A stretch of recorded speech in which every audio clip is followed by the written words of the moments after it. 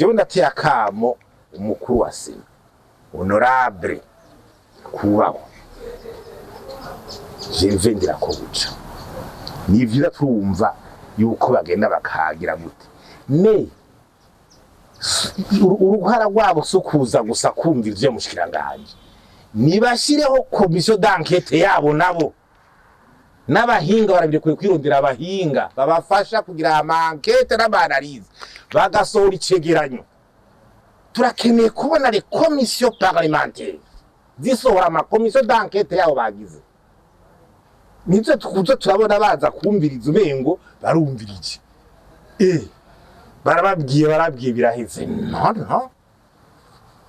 jewe la fois prochaine ntumvise Président wa Sena yashizeho commission d'enquête parlementaire ngo atubwire ivy'amazone byose n'ibikene vyagenze iyo ni paralysationnelle bayibujije parlementative no pouvez rien faire naho vyakabaye gize bibaye utabona des commissions zivuga ati reka turemese le ministre twabonye ibi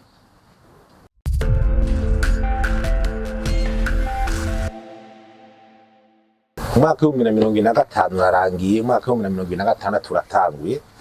dutunganya ikiganiro ko twasohoye umwiwezo turavye ibimwe n'umwaka wa 2026 warukwiye kugenda umwaka wa 2025 heze hari ibibazo nyamukuru bigize imisi bihanza abarundi dusezeye bikiri kwa kundi ibyo twari tubise mu 2024 na 2023 na 2025 ubu rero turavuga tuti harageze ko ibyo bibazo nyene tubona amahinduka hari ibivye biciro ntawe ikarabisubiramo hari ivy'igitoro byo bisa n'ivyasubiye inyuma ubu abantu bararushije ahubwo cane ahubwo Sopebu yomenya yuko ahubwo ibintu vyasubiye inyuma abantu birirwa ku magroup ari kubaza igitoro naho wondangira barahwera bakiruka wari kuwa kabiri abuze arindira imisi n'imisi abantu bararusha barahwera Sopebu tubateye akato tuti ibintu wabisubije inyuma ayo mafaranga yo turiko turashorera ibintu hanze cari karakora umuntu agitahu dushora ibintu hanze hanyuma Sopebu idusubize mu muruho tutari bigere tubona ni ibintu bitumvikana hari ivyo amafaranga y'agaciro tubigaruka ibi vya produit de première nécessité ibi bidanazo intuze vyankenerwa hanyuma ibijanye na consequence intuze mwese murabona yuko ngira urwaruko unyi amahirwe yose urabona bose ariko barahera bagenda bahera za nguvu zacu zose ziriko zigenda umengo ni competition w'abantu bakuye ati abavyeyi no gutererezanya basubira tuti dutererezanye wa muhungu baragiye nta bindi butwirirwamo uburyo ukaraba ibijanye n'ibire vy'ama infrastructure iyo soko umunsi bijya bintu bitangura mu Kayanza barabimbagije jewe ndaviyamiza ko bijya bintu bidashoboka mugabo batwise abansi b'igihugu sinzi yuko ukuri turiko turaharanira kugenda kwigaragaza nico gituma tutazigira dutijya kuko uko iminsi hera kugenda kuraboneka bijya jewe narabivuze bijya byijya soko ko baje kwimbaza ngo uri kuragwanya imigambi byiza y'igihugu urabona aho bigeze ni ibintu byinshi bya internet kibuga c'indege bango cyari kibije gusubirwamwo urabona ingwara zikunda kugira haramwe by'ama infrastructure kwereka ko igihugu kiriko kirazamuka ya mabatima ya leta hariho zone économique spéciale yategeza kubakwa hajyanye inyabibondo iwarubonde kugira abantu bazana imitahe uheruka banditse zone économique spéciale iri ukabura ikibuga c'indege cyo kibugenda kimaze imyaka mirire kimaze imyaka n'imyaka turiko turabona ko dusigaranye kimwe aho n'ingorane ukabona yuko ubuneje bunari mubisabe ngo kira ngo biratanguye kwihuta kijya cari kwacuwatswe kera ubu turiko turabona ko bikenewe kubijanye no kurwanya igiturire hari amaduho twari dusanga tugize imisi turiko turavuga yaraho hamwe yama yo muri za BRB amafaranga y'agaciro vya impanda byiriko bivuga tukatuti none nyabuna mugabo mwarumvise iby'umushikiranganje w'ikega ca leta ari bamushikiriza je ubwanje mu kiganiro natanze je bundi bijya bintu byo vya budget du ministère de l'agriculture narabigarutse ko ndavy'insista ndavuga nti amafaranga ari mu burimyi n'ubworozi u60% arenga ari mu vy'imyavu bikaba resultat ari tubona hari ikibazo genda mwicare muravyo n'impuze n'ivyumvika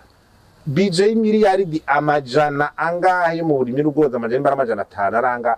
60% arenga ari mu vy'imyavu ivyo bintu nyabuna ngo teri yo sena ngo turiko dukora abakoroni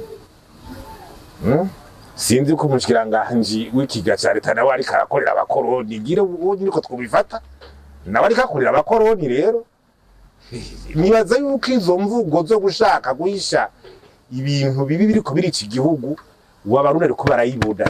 ikinyoma cyo kirakubitirwa ahakubuye ibyo twabigarutse ko kera ibi vyanaje sana gesa bazo kwitubaza kw'inshuro zingahe ndabene kiriya kintu ahubwo cari gikwiye guhagarara kikava umuruho giteza abantu uravye umwanya abantu bari mibigoro umwanya bamara bagira iki bagashiraho ikintu kikanunuza abantu kikabatevya kagira gute ibi vy'amabiro y'amazoni amafaranga asohoka kurya s'il vous plaît amafaranga asohoka kurya akagenda uko bakayagabana kuke amamiliyardi agenda ariko je ntero akama abantu indongozi ariko bibutse ico no kwita mu gifaransa ni harcèlement bibutse ikintu bita obey ingene cirirwa inyuma y'abantu gutoza amakora abantu bihwira basubira ayo mahera yeze gutoka aja mu kiga ca leta bakayigina kurya urashobora kuyibaza urazi ko abantu amakora badanaza abantu bose amakora duka subira ijya rwa de finance ihindura amakora ku mwaka utashe abantu amahe naho abantu bari muri imprévisibilité fiscale tebwo amalwa yose aba yaratowe n'ibiki rwa de finance yahindura ku mwaka mugabo uravye kandi amafaranga yasohoka y'amazone bikagenda kurya dutangwe decentralisation ibi vya au niveau politique ndabigaruka ko turaze amatora igene yagenze ivyo nta ntibigaruka ko byarashatse kwerekana yuko ari umugambi umwe watsinzwe donc wanonse intsinzi uko byagenze kose niko byitwa ubu ni umwe nyene bona wiganje ni mwami ntayihari ubu rero ngice bigenda gute umva ubu rero n'inzira zibiri tuzobona iyizi ntizirenga tuza kwa zibiri swate tadushikeyo canke dukira imwe nuko uvuga ati ubu nitwe twiharije twenyene nta uri turi kumwe ubu rero tujya igihugu rero atacamira iyo ni scenario canke ati ubu turafise igihugu rero nta uri karatugora reka tugisove tugira ama reforme nta udutangira kugira ama reforme dushatse tugira tuvyura ibintu no mu bashina umugambi umwe ntubuza ko rashinde ubu unyegereye tazi mu by'ubutunzi zijya za Singapore zabaye kurya premier ministre ahamaze imyaka n'imyaka n'umugambi umwe ari umugambi utwaye imyaka 3 ngaje gucaragiye umva nizo scenario ubu rero twe tuzoja mu yihe tugira dukire cyane tugira dushikeyo nuko zotwisha tukarayo kibwe muri atwanizo umurundi wese rategeza kuraba ingene biriko biragenda nta demi mezere yoshoboka tugira dukire canke bamwe bagasimbuza tuti ubu rero no harashaka kutubuza mu bantuze n'ibigaro twigije ubu rero tugira tukirije rero canke tugira tugikize peut-être iyo rero mu ndongozi niho tuzoyibonera ngo niveau sécurité naho tubona ati binaka karere ibi bigera birahindagurika mu mutekano w'akarere tuvuga tuti rifo gukoresha ubwitonzi n'ubumenyi bwinshi kugira turabe yuko izo ingaruka z'umutekano mu karere zitaremera uravye imigenderanire y'Uburundi na Kongo amashirahamwe dusangiye iki mu by'ubutunzi ngaha niki bikabiragera gutyo muri Kongo kumenya ati mbe muri iki gihe ibintu byogenda gute uko bigenda kose ababa umubanyi wari wese umukuru cyangwa utamukunda umubanyi bagumara umubanyi hari amarwaso historique kiba musangiye niki hari ro mechanisme ziza kwamaho ku buryo ibintu byo gutatana nk'ama escalade nkaduka intambara mu bihugu by'iwacu vyageseye mu by'ubukene na fragilité politique ibihugu byacu n'u Rwanda birashafise équilibre fragile au niveau interne haba by'ama reconciliation nibaza rero yuko bifise a luxe yo kwita mu ntambara hagati yavyo n'ibiki izo a sauvegarder la paix quelque soit ingere vyabigeze batakaza kugura yuko amahoro yohaguma no muri kahise kumbure cyuko tureba twagiye turabibona ingene abakuru uburundi n'u Rwanda byanyu bibana mugabo hama haro de tension mugabo ifare twari ingene bagera baragira ntuze de reconciliation twari byo tubi naho takuze cyane mugabo turakuze twarabonye byinshi umubano wabagazana Habyarimana agenda wibuka umubano wabuyana Habyarimana ndawibuka haraba de tension mugabo hama haro mechanisme jure deje bone mu kiganiro ndabivuga nti yuko mu 79 bagazegeza ko yagiye mu nama sommet français ya franco-afrique i Kigali hakaberaho manifestation y'impunzi z'abarundi zari mu Rwanda bagataca mu nama précipitamment ataha haraba tension mugabuke bace barabwira bazohurira imuyinga bakabivugana na Habyarimana bakarati urafise impunzi z'abarundi ziri mu Rwanda nawe urafise impunzi z'abanyarwanda ziri mu Burundi attention twese twore kuriranira ibarajyogwa tubane mu mahoro turayingene tubigira tubane mu mahoro c'était ça CPG yabandanije byabuza ko Kongo nawe n'Uburundi bwirataza nka CPG kabandanye nibe nivyo rero haute diplomatie abantu bama barabangena bigira ko n'ubundi ico gihe bacho tubagira ico bita sommet sous régional z'imyaka ibiri 85 barahurira imuyinga barasubira burira Butare après des ans 85 barahurira Ngozi raho je me souviens 87 barahurira Cangugu meme n'igihe FPR iteye kuri Buyoya c'était à 90 harabaye rencontre ya Habyarimana nabo yajya Ngozi 91 ati basi FPR nyimbiri kiragira gute ngigerageza ntabe enfront iva mu Burundi ja mu Rwanda mana tumwe burana tusangiye reality nubwo FPR kiratera iva mu Buganda gerageza narakota bengozi onetera mwajetera ico kibarumvikana we yaravuga ati okay nta mpuza abanyarwanda zova mu Burundi ngo ze kugura indi froncide zitera muri ntuze bien sûr ça n'empêche pas que kuja muri gufasha FPR ziva mu Buganda zikagenda zica muri za Tanzania mbwa batafro direct era CPG la continue CPG yakontirwa kandi ro Rwanda en crise kandi bagahura bakagira ibyo biganiro donc pour dire que la haute diplomatie sous régionale yamaho abantu ni ba réalité n'ukongera ameze mugabo les relations sont tellement profondes ziri mu kazi kubuza ashobora kugira ibyo rero niko tuvuga nta ntambara zikenewe mechanisme yo kuba irashoboka kamari cyo ndavuga nti bemore no kuvuga ikintu base tukivuga kiti hariho ibiheruka gutegurwa hari ibitabo bibiri bikomerwa gutegurwa de stabilisation macroéconomique n'igitabo cyo gwanya ibiturire stratégie de contre la corruption n'ibitabo nagenda kurikirana bose nibiki ndabibona byose ibirimo n'ikitusi yego byita ko biri ko biragira biriko byari bitabo birimo bishobora kwirimo n'ama recommandation meza mais ico turiko turavuga rero mu mwaka wa 2026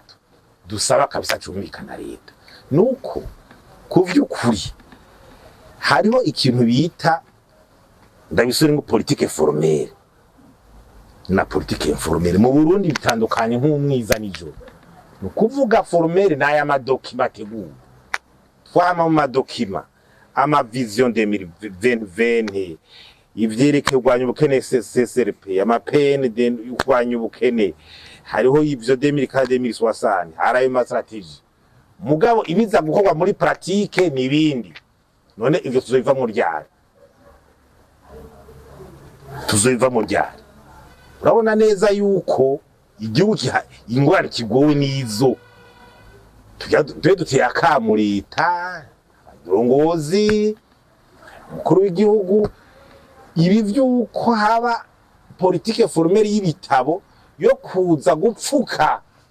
ibikorwa bibiriko birakogwa bikwiza guhagarara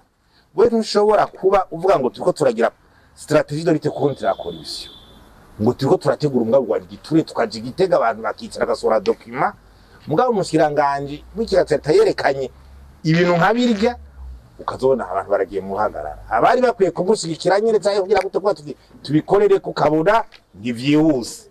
urabona neza yuko hariho ibintu tubivuko biri badahindutse tugiye turatuma tuvuga ngo tweraboye amadokima ngo tuzoshikiro tuja naho turiko turaja urabona ko hari abantu bavuga bati les individus d'abord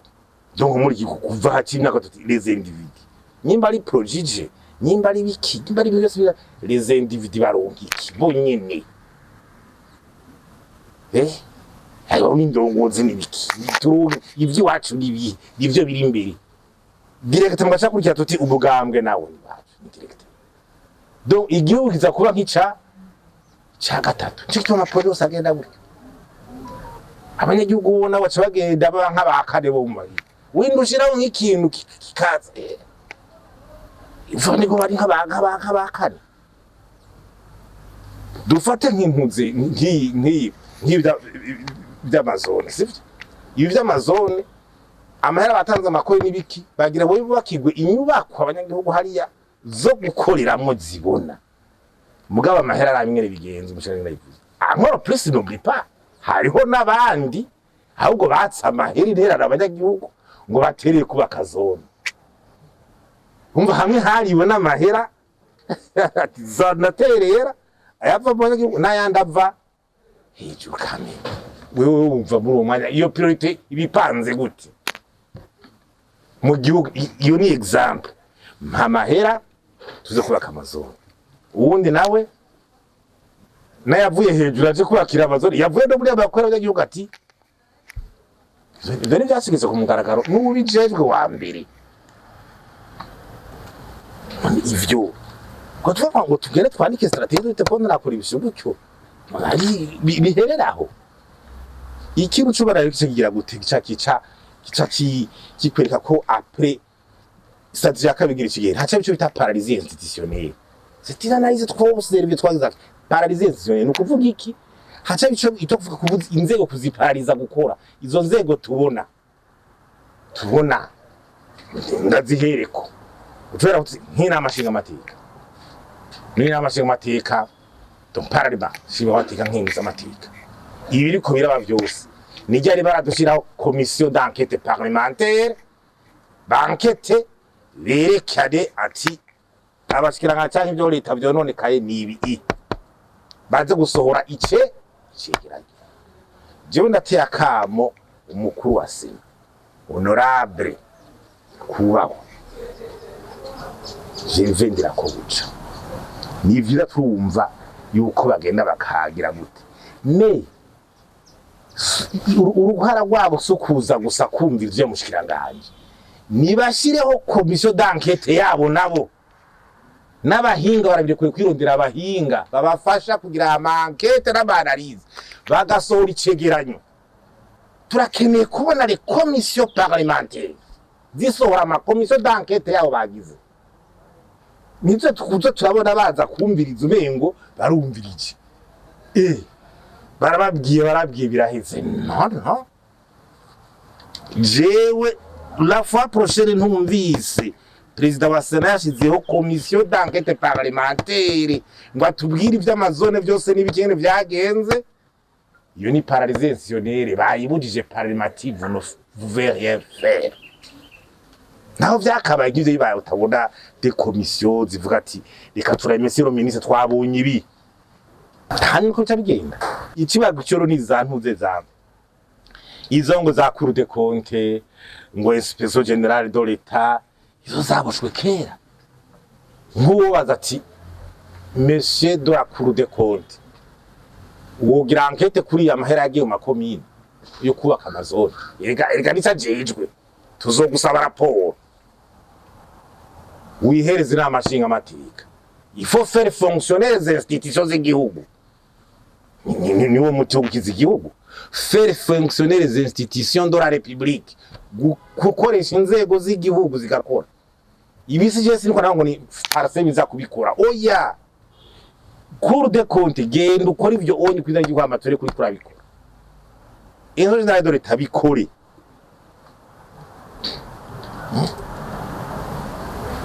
hariho n'ama institution ministérielle même Marie nabijya bavuze ngo amarelation hagati ya umunsi umushiranganje weka ca leta aza kuvuga hanyuma kabunda caza gukontradiza twaravyumvise bo muri fomi ibisanzwe muri defensive n'ibisanzwe kavuga ati ngene biko genda ariko none basi none nta insiyo independante Cote d'Ivoire cyo gusata tuha icegeranyo ca vrai ubukude ko niyo tubwira ayo marelation ingene ameze canke ikatwereka ati twe twagize enquête bimeze uko professionnel canke audit independant ikatwereka ingene bimeze tajya n'ubutungane bulisanse guca bigira n'amankete yabo uko buri independant de l'exécutif ubutungane si pouvoir exécutif ni judiciaire aho rero ni ikibazo rero ni ikibazo kiri ngaho ugacugendere mu ntuze no muri ma institution ntuze specialisé nk'ibi vya OBM usanga zanditse n'ama ngaha kugira kurikira ibintu ari nk'ibyo gutanga ugasanga biragora ugasanga biriko bikorerwa hejuru bubu ugasanga ayo mategeko nyene maranti korisho ndababwiye ari ngaho azo ayo ma infraction ndababwiye ko araha bwahugira kurikizwe ni kibazo hariho bimwe vya déclaration de biens biri ngaha urumva bikurikizwa iyo muri bitegekite kuri niryo ribivuga n'abategetsa kubikora twodondagura no n'abamustane n'abande bose byanditse aha loi séparée de poste politique et poste technique iryo teko riri ngaho hari amakode de marché public baraho amakode foncier araho hari y'amaparcelle ngiko biragenda amakode minier araho mugabo tuko turareka amakode minier n'amategeko ngo navuga amakode forestier mugabo ingene abantu bagenda kwiha amashamba bagira iki amakode yose abari ngaho ntuzi amategeko izo rero ntuze gusa zigira gute bica bigarukira ikiri cyo hinduka kugira iyo paralysé de institutionnel iciba nibi vya usanga ariko aragira ibintu bisa mu nzego ugasanga ariko arahabwa abantu akaza batabishoboyereze ngombete ibyo bintu rero byo kudashira mu cyonga habe competition bone abaronka akazi nyene professionnel abishoboye afite experience ibyo birakunda kugura ivyo paralysé institution ko intimaze kwifisa abantu batabishoboye kica kibikibazo kigira kabiri haca bacafusa hierarchie no kuvuga yuko ugiye mu bintu za leta usanga n'umuntu w'umusibartene yumva ko ari bakomeye gusumba umutwara kubera yazanywe n'uyu yagize gute ari wagihemfye ugasanga ni kibazo agize raporo itariyo bikagora ku mureprimanda n'ibiki parce la hiérarchie ni ikintu gikomeye kurikiza n'abantu ziri n'uburyo budakwiye igihuga yemwe nyene nuko kigiye kubaho oya kame kangu uyu muvumo tuzubukira gute none ubwice tukwa dukura gutyo none abemeye Imana bazi ko Imana ibona bo ibyo vraiment da denonce za kuba cyo gituma kugira dukira abantu bovuga bakira gute nabandi bashikiranganje sonde de nabantunze nabawitanga iki naba serviteur hari umushikiranganje ministre nini uriho service de citoyen ko nyene kwambata rupamise de finance ibintu bitagenda bikavugira abana kugira abantu bikosora kandi yavuze ikintu ciza je namukunze de finance nanamukeze nyimba nyuma yaravuze ati kugira abantu bikosora ibintu twobigumamwo tubivemwo none tuja kwita mu manga twabona kandi tubona kujya nzira ari mu manga turamine natwe twukira ibindi rero ibihinduka biboneke ntuzeyi ubutungane bukore ibi byo kuvuga ngo discipline budgetaire est-ce que ama exonération bizohera mu mwaka 2026 bitangwa nabi tubitega amaso yama projet horo budget azohera yama projet usanga 10% projet zose zirandagata zika 10% ya execution ngo muri amafaranga dohomba aba nk'ijya yo gusora mu ngoro akaredi nyene biriko biragenda none tuzamukonye ni projet yose ari kudindira bihinduke basi ibyo byose bijanye n'ivy'amadovize n'igitoro na provisionnement y'igitoro vraiment ubu duze tubare 2026 kwa provisionnement urundi gitoro ayo madovize ari karijira inzaha bavuze ko beri bizigura none ayo zirihi amahera yari ibwo butare bariko barashora hazire nibuzi amafaranga beri biyotwereka guverineri batumaze kuronka bagafasha igihugu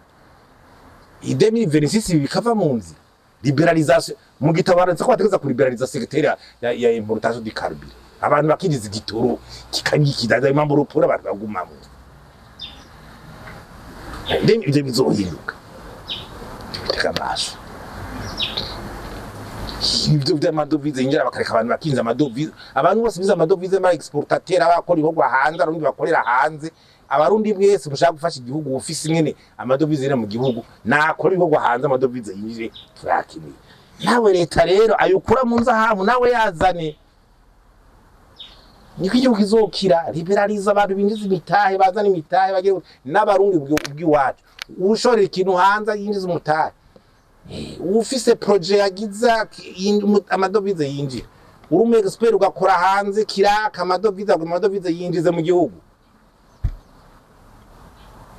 sivyo none yinjiza mu gihugu dukize mugabo nawe leta ibi byuko amayempo aba export hanze yaje adaca yinjira mu gihugu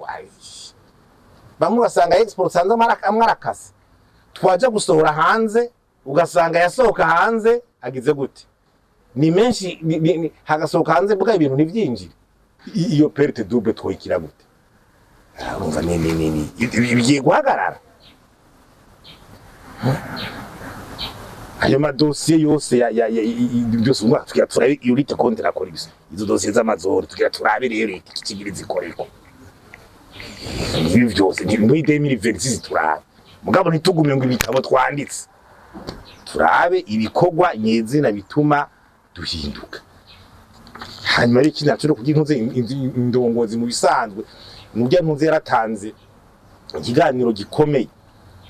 nuko agira abangisinze ko abantu bamwumvise neza uyu mupatiri yitwa Diedone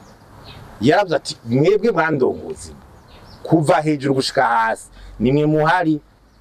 ibyo muri ivyo mwategeza gukora mutabikoze nta wundi aza kubikora ni kudo opportunity nini uri umushikiranganje muri buramatari uri ndashaka muri uwo mwanya guva ku mukuru w'igihugu uri umushikiranganje wa mbere uri iki utabikoze none bikorane ko batazabaza kugusubirira uko cyangwa ngo bagire gute umva atabikoze bikorane wewe abikore niyo strategie de leadership universelle niyo ntukibohere mu bintu amabanga yose ujeje kandi ubona yuko ibyo zere ko yabikora kandi utabikoze atawundi aza kubikora ni wananuka guma utari kurabikora wumva abantu ati nishwe n'uwagize gute mu kirundo cy'ababasha bitagwiki ngo iyo wishwe nuwo gukijije ubwo yafite uwo wagize uwo hanze amaso ko ari wagukiza niwe aciye ndiwe nuwonkijije musa indongozi indongozi ariyo yose uri bwikomine utwari komine ukaburi kuragira gute donka nyiga batuti turiwe uwo dukijije yaje kugira dukize mungani waturi none umva dekati zongana gute yibaza yuko duko turajara abantu ushobora kugira gusezisa kuko mpanumva abantu sinze ko baragashavu canke ama emotion simpanumva abantu iyo bari kubarabaza umukuru w'igihugu ukuva mubwiye ngo twereka abo bantu ngo muvuga ngo bakugora ngo bananiranye ngo batwereke none bakweretse ngo bakoze iki ufite izenze ngo bakoze iki ziya ama emotion ngo batwereke none wocugira iki wewe ufise urehegwe gukoresha kugira wasi none baza kubafata wewe baza kugira manda dare wewe ugira iki umubaranye n'ucu wakoze iki nukuvuga yuko urwego rufise uburyo n'inzego zo kubakiza Burundi nubwo rwego rukomeye nyine c'est l'exécutif urwego rw'umukuru w'igihugu mu gihugu ngo ruhafa ngo hari abantu barugoye mbwa badakogwako twaba dusigaranye iki leta twaba dusigaranye bikinyiwe nani nukuva abo ariko baragorana bavugwa nabakorera inyungu zabo mugabo leta twaye iri hari kugira ikingira inyungu zabo kwisonga rero hari izo nzongozi, hari umukuru w'igihugu, hari abashikiranga, umushikiranganje wa mbere hari. None izo nzego zo hejuru rwego bavuze ngo hari abantu barugora kabisa. Narumvise na president Domitien Ndayizeye mu kai audio muri ko muratemberetse kigara. Ngo twiriki none president Ndayizeye bakoze iki wewe? Afise quel pouvoir kuri abo bantu. Oya, tuve mu abayemoso. Nyakuba president de la République bakore niwe wengendaho. Nta n'uwundi wese avuga ngo batwirike. Ntatashoboye, nta numwe agishoboye ico kintu. Ico niwe wenyene president de la République niwe ugishoboye, kandi amategeko y'igihugu arabikura bahera uburenganzira, bose ari guhera uburenganzira, inzego zirahari zirapanze, bikore rero tugira amahoro.